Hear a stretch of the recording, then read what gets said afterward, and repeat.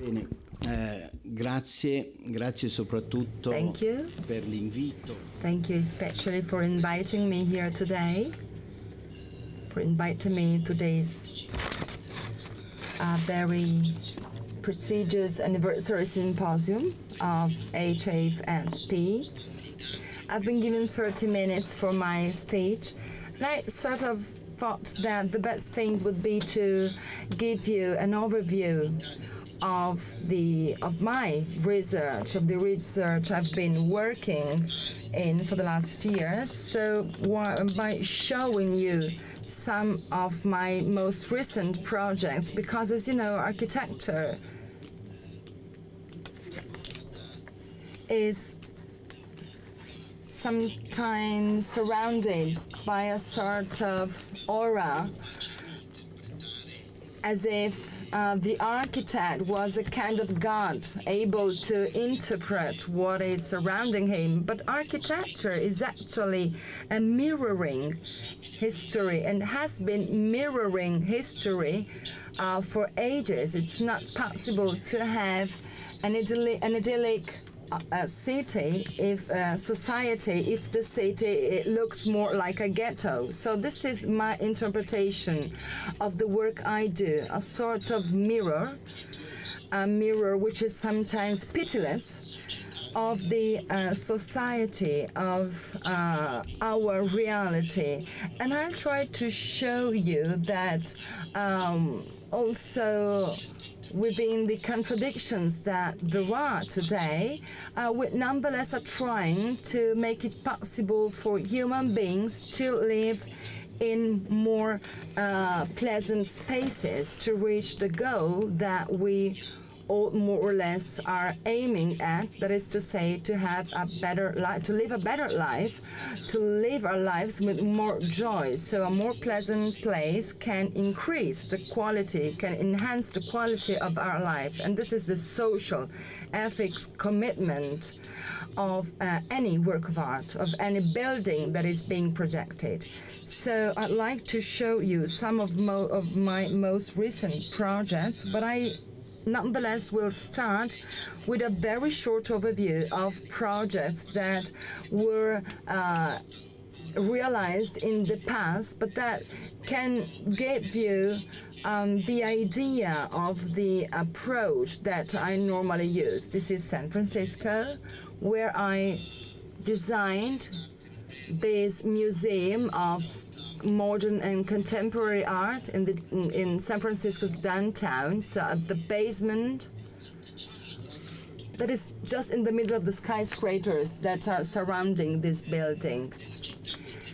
And this is one of the issues of any modern city. So what should an art museum look like when it's placed in such a city that is mainly characterized by office buildings, skyscrapers, block buildings? Some of them are very beautiful, but they are really anonymous. They are sort of silent. They don't speak. They don't say anything about the activities that are being performed and carried out inside these buildings. We don't know whether there is houses, factories, offices, or whatever. So they are silent. This is the abstract language of the contemporary architecture. This is a language that is not able to communicate any longer. So no identity is communicated through this building. So that was the trial that I wanted to bring about. This is what the board of the museum in San Francisco also told me. So we wanted to give this museum its own image. The museum should also act like a symbol within the city. It's exactly like a church, which is not only the place where you go and pray, but it's a building, a symbol that speaks about the need for spirituality of that city. So we designed this building by using old materials. This is a building of the beginning of the century, typical architecture in San Francisco. So we decided that the museum, unlike the other buildings surrounding it, had to have a front part, and then the side was... In front, on the sides, and one back. One on the front, one on the back, and two on the sides. And this was to meet the needs for the people also outside the museum. And so we designed this particular shape, this sort of mask, as a symbol, as I was saying, that can be seen also from the inside and makes it very visible from the outside as well. So in the night, so the museum, though not very large, it was just 40 meters, so quite a small building with respect to the other buildings around it. Well, it was able to become a real point of reference, a symbol, a symbolic element, very easy to recognize in the city. A further example of building dating back to the 90s, that's a synagogue that was built in Tel Aviv, in the campus of the Tel Aviv University. And next to the synagogue, I was also asked to build a room for the laymen because the university professors just feared that only religious students then would attend or would go into that place. So the both aspects of religion and the more and the other aspects were combined in this design. Two buildings with a common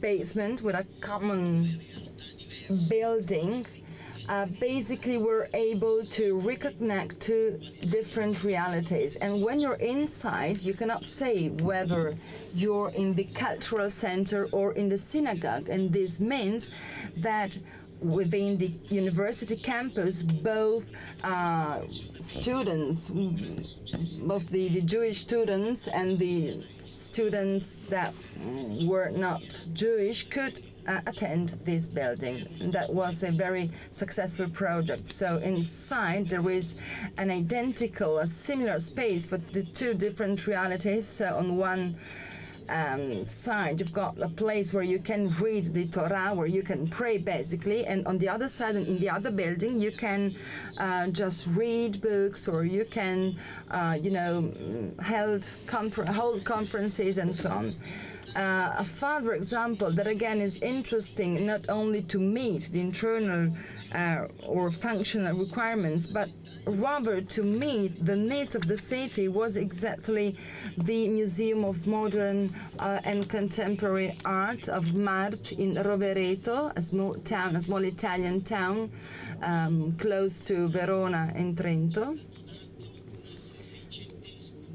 And that was a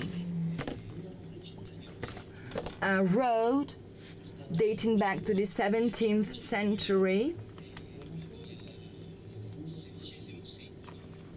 So 17th century again. And that road was exactly built with a whole range of buildings, the university, the libraries, the theater, and other buildings for community actions and activities. The municipality of Rovereto, for the new museum, that it's very large, actually much more than the other buildings surrounding it. So the municipality of Rovereto told us that that would be the area that we could use, and they were convinced about the fact that the facade of this museum would be or would face this road, and they were quite disappointed when they discovered that the museum was supposed to be just pushed back with respect to this road. So the Palazzo del Grano, where the library is hosted, and Palazzo Alberti, where the Pinacoteca of the municipality was. Well, these two buildings built or acted as the entrance to the museum itself. And the museum was just at the end of this small row of the two historical buildings, basically act as the entrance to the museum. And then you access the museum so through the space, not through a door. And you are really inside the building itself, just in the middle of it. These are some images of the inner rooms. A museum for Samsung in Seoul. It is an art museum, ancient art of ceramics, located here next to a modern art museum and a cultural center. Also, in this case, the iconic idea was to give a stronger image, leading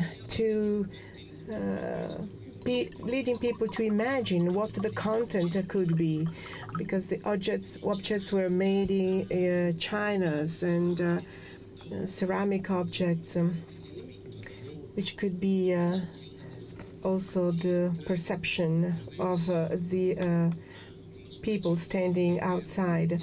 Then we designed common areas, and then there is an elevator to the higher floors, and this spiral leading down into with a single light source leading to the exhibition spaces. A small church near Bergamo in the outskirts of the city, so architects also have to deal with different type of surroundings. This is one of the urban surroundings of a city in northern Italy, Bergamo. And so I designed this church because the old little church nearby was not big enough. And you see, this was the old church. This is the new church, square shape. This is the side services and the space inside, which is flooded with light. The the base, which is square, draws the light from the ceiling windows, white light, that through this lining in wood, golden wood, makes the light go from white to red, and the floor is made of red stone. Torino, Turin, another small church where Fiat Motor Company had big steel mills. The urban plan, the city plan, dedicated this space to a new church for this brand new neighborhood created at the beginning of at the end of the last century. This church does not have the typical areas of churches for the parish, and it is placed on this Piero della Francesca Square. It stands out autonomously. It has 7 towers, taking the light from the outside. We kept the old chimney of the steel mill, which has become like a witness, which vibrates when there is wind. And the church brings a single light inside, where the 7 towers build a space, a tent, like a canopy of concrete and wood inside. Along this axis, there's an image of the Turin culture, a mysterious image of the Holy Shroud, that even today we still don't know how it was made, and it was recreated in stones, in bits of stones, to provide, with a slight inclination, to provide the shades and recreate this image on a wall. From the sacred, we change totally the setting. We go in the Swiss mountains, Arosa. I built this wellness centers, very big, 5,000 square meters, that we placed inside. We built inside the mountain. This was the old part of the hotel, and the profile of the mountain climbing up, and just like if a man needed to return to the Mother Earth, to re-establish the relationship through these windows, the light of the sky and the top of the mountain. So the structure is totally inside the mountains, with these new modern trees which stick out like just like roof windows. These are, we only have water, wood and stone as materials inside this building, where stone becomes the key element, a strong element, linking the building to the mountain, making feel everyone inside that, creating this well-being inside the mountain, inside the rock itself. This is another work made on the island of Jeju in Korea. It's a clubhouse not far away from the Sea of Seoul. It is a vacationing island, tourist island. With another colleague, Tadawando, built a cultural center on the same island. This is a civil center to allow the vacation homes and tourists to have a community center, and so a common place inside a very individual structure on this island. So we designed this building, which can be also seen from far away from the sea as a guiding light in a way.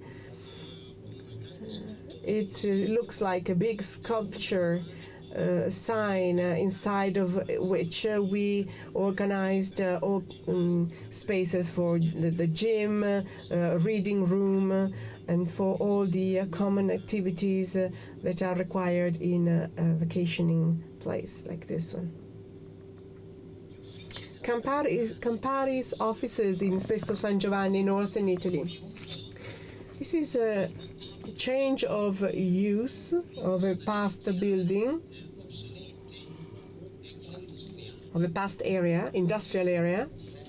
Sesto San Giovanni is a city attached to Milan, characterized by the big steel mills of Falk. At the beginning of the century, they built this neighborhood with the Campari plant, the house of Mr. Campari, and the factory, which little by little grew over the years. So we kept, in our project, we kept the front, the initial part of the building, the original offices built in the 30s, when the factory was established. Now it has become a museum of Campari, and we built the new building all around it without touching it. We built around it the new offices, and in the background we created these residential buildings, because one of the elements of the city planning required, which I believe is correct, high urban density, so that these empty areas of the city become lived again, become dwelled again by the citizens. This is Saint-Emilion, a winery. We are in the middle of the vineyards of the Bordeaux grapes. This is Chateau Fougère, where they produce the Bordeaux wine. It is one tower of the labs, the wine tasting room, a party terrace, and down below all the services and the cellars. A Beckler Museum in North Carolina in the US. This is the city of Charlotte. I was asked to build this building at the feet of a huge skyscrapers, and a whole city, just like San Francisco, will be built around it. And so this small museum becomes like a covered square. We chose this idea of integrating space, the reverse of what American cities do. Where you have the door, the lobbies. This is the space for the city that extends over and becomes the museum. The museum becomes like a coverage, like a roof for the citizens living there. These are some pictures of the inside. Exhibition centers in the higher floors. This is another little church near Arezzo in Tuscany, with a typical medieval layout with the two apses, like two apses without the front aisle. A local painter painted this arch, which becomes the third aisle in the church. My office in Mendrisio.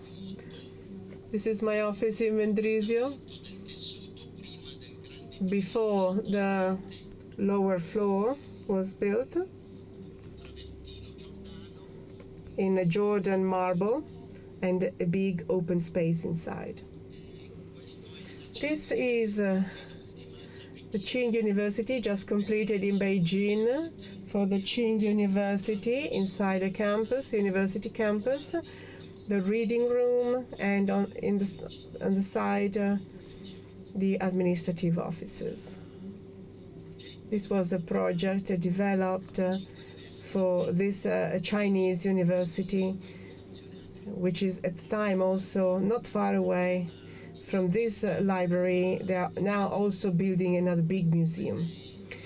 This is the main lobby, around which we have this reading room with the seats for researchers. There are over 2,000 seats in the reading room inside this library. We are in Treviso, Italy. The recovery of or requalification of an industrial area, similar to the project of Campari. This was an old factory of tiles called Piani. We built a series of public buildings, the police office, the Chamber of Commerce office, the police headquarters office, all around this single square, overlooking the single square, with private apartments as well, and offices. So there is a main central square surrounded by buildings. Underneath the square there is a parking lot for 2,000 cars. This has just been completed. They're still doing some final touches. It took about 15 years to build this project. Another wellness center, but this time in a different place on top of a mountain, the Rigi Calbot, in the heart of Switzerland, a beautiful location where you can see the lake underneath. Embedded in the mountain. We built these baths because these are with this stone structure, which separates the inside from the outside and which shapes the pools of an even extent outside the building. This is a hotel in Shanghai, just completed, along this big boulevard where the French quarter, the French neighborhood was, with Liberty-style buildings. There are still some old buildings dating 50s and 40s, and I built this big hotel where once we could build the towers. At the moment, Chinese learned to protect their environment, their heritage. We cannot build the towers anymore. There is they also provide you indications on the type of material we can use. So they learn very quickly how to preserve buildings, not only to demolish. They demolished a lot of buildings, but now they are reviewing their approach, and they are also preserving old buildings. This is the back part of the hotel with this big internal courtyard. It is all a hotel, which is part of the Starwood chain. This was a competition that was launched by the city of Shanghai in order to better characterize this environment where a lot of ravages were done in the past, and so they now wanted to requalify the area and try and find again, go back to the old spirit. This is a very small church just finished in Austria, Zillertal, on top of a mountain. This is like a cube, a regular diamond-shaped structure, like a primary solid. Inside is all made of wood. The outside is stainless steel. The entrance is at the bottom, and then you climb up and you discover the 12 regular faces inside this volume, which totally changes the profile of the mountain itself. A geometrical element on top of the mountain. This is the inside in larch wood lining. I'm almost at the end of my presentation. Here, this is the city of Shenyang, a big city development today with 8 million inhabitants. In 20 years, it will have 20 million inhabitants. I was asked to build a new university campus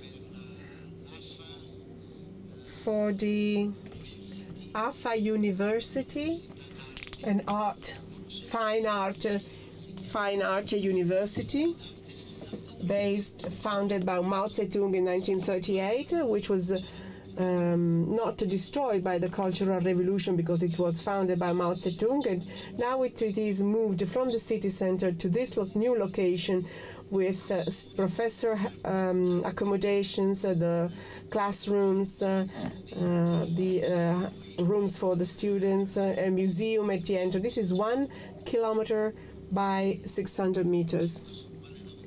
We've been working on this project with the Chinese. We've been working on it for 3 years, and it will become operational, will be built starting next autumn, next fall. These are rendering pictures. This is the entrance with a square, the first covered square, a big museum of 30,000 square meters for the activities of the university itself. This is the lobby of the museum, the canteen, a small hotel for foreigners, the big square on the roof, the canteen. This is the layout. When you come in from here, this axis leading from the main gate. These are the different faculties: painting, sculpture, graphic design, landscaping, cinema, all around. These are 4 levels of exhibition, classroom, laboratories, and the professors' offices. This is the other half of the building with the main classroom, the library, administration, all the collective or community activities, overlooking a big park. Everything is under this huge dome, 110 meters in diameter, and these are the different faculties overlooking this same space, central space. This is a rendering of the inside. This is a very small building in Mendrisio, dedicated to the Swiss University of Italian Switzerland. It hosts researches and studies on architecture. This is a big space we called it theater, by making reference to the anatomy of the human being body. This is another project on top of the Generoso mountain. You always go back to your origin. I live a little bit down there. We have this project to build this hotel and restaurant on top of this mountain. This is the rock that rises and becomes a flower of stone. Thank you very much.